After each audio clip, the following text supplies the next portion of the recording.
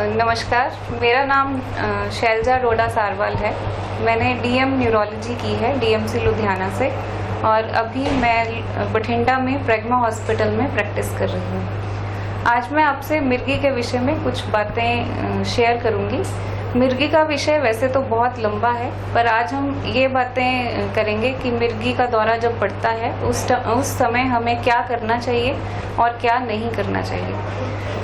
मेरे पास बहुत से पेशेंट आते हैं जो लोगों के मन में ये धारणाएं हैं कि मिर्गी का दौरा जब भी पड़ता है तो ये किसी भूत प्रेत से या किसी जादू टोने की वजह से होता है। ऐसा बिल्कुल भी नहीं है। मिर्गी का दौरा भूत प्रेत या जादू टोने से बहुत ही परे है। मिर्गी के दौरे में कुछ दिमाग में करंट का ज़्यादा विस्तार हो जाना या कई बार कुछ केमिकल का ज़्यादा हो जाना या कम हो जाना, उस वजह से दौरा पड़ता है। जब भी मिर्गी का दौरा पड़े तो लोग आसपास भीड़ इकट्ठी कर लेते हैं। ऐसा बिल्कुल भी नहीं करना चाहिए और सबसे ज़रूरी बात है कि हमें पैनिक नहीं करना चाहिए, शांत रह के कार्य करना चाहिए।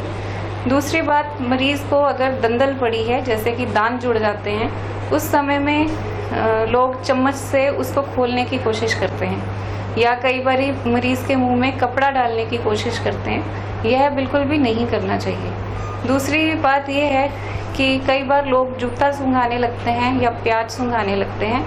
ये भी बिल्कुल गलत धारणा है, ऐसा हमें नहीं करना चाहिए। जब भी दौरा पड़े तो सबसे ज़रूरी बात है कि मरीज़ को आप किसी सुरक्षित जगह पे लेके जाएं।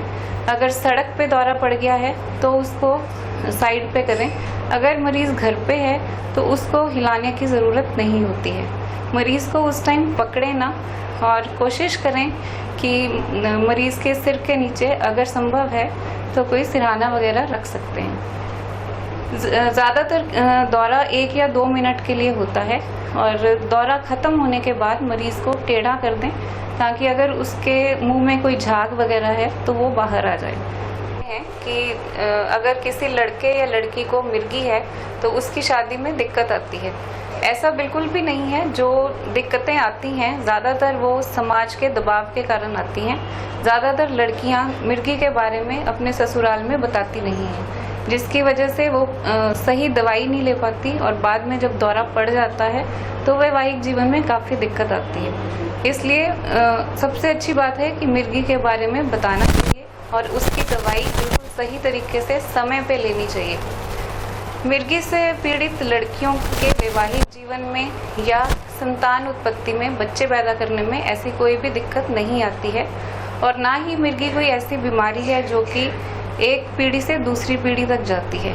इसलिए मिर्गी से पीड़ित लड़की को बिल्कुल एक आम लड़की की तरह समझना चाहिए और उसका सही इलाज अगर हम करते रहते हैं तो ऐसी कोई भी दिक्कत नहीं आती है। हमारे समाज में कुछ ऐसी धारणाएं भी हैं कि अगर किसी को दौरा पड़ गया तो वो व्यक्ति पढ़ाई नहीं कर सकता। बहुत से ऐसे मरीज़ आते हैं, स्पेशली गाँवों में रहने वाले, जो कि अपने बच्चे को स्कूल से हटा लेते हैं अगर उसको दौरे पड़ते हैं। ऐसा हमें नहीं करना चाहिए। मिर्गी की जो दिक्कत है वो एक न्यूरोलॉजिकल दिक्कत है, कोई मानसिक विकार नहीं है। इसलिए अगर किसी को दौरे पड़ते हैं तो उसकी दवाई सही टाइम पे सही दवाई दें, उसकी नींद पूरी रखें, 6 से 8 घंटे सोना ज़रूर चाहिए और पढ़ाई ऐसा व्यक्ति बहुत अच्छी तरह से कर सकता है। हमारे इतिहास में ऐसे कई व्यक्तियों का उल्लेख है, जैसे कि सुकरात जो एक महान दार्शनिक थे या नेपोलियन थे, वो भी मिर्गी से पीड़ित थे। ऐसा कुछ नहीं है कि मिर्गी का व्यक्ति कोई अच्छे काम नहीं कर सकता, बड़ा व्यक्ति नहीं बन सकता। आप मिर्गी से पीड़ित बच्चे को पढ़ाई करा सकते हैं। एक और समस्या जो लोग अक्सर पूछते हैं कि अगर किसी को मिर्गी है तो क्या वो व्यक्ति ड्राइविंग कर सकता है, कोई कार स्कूटर वगैरह चला सकता है। देखो, ऐसा कोई इंडिया में, भारत में रूल नहीं है कि 6 महीने अपने ड्राइविंग नहीं करनी या 2 साल ड्राइविंग नहीं करनी। पर ये देखा गया है कि अगर किसी को मिर्गी का दौरा पड़ा है तो उसके बाद कम से कम 6 महीने उसको ड्राइविंग नहीं करनी चाहिए। उसके बाद अगर उसके दौरे कंट्रोल में हैं तो डॉक्टर की सलाह के बाद वो ड्राइविंग कर सकता है।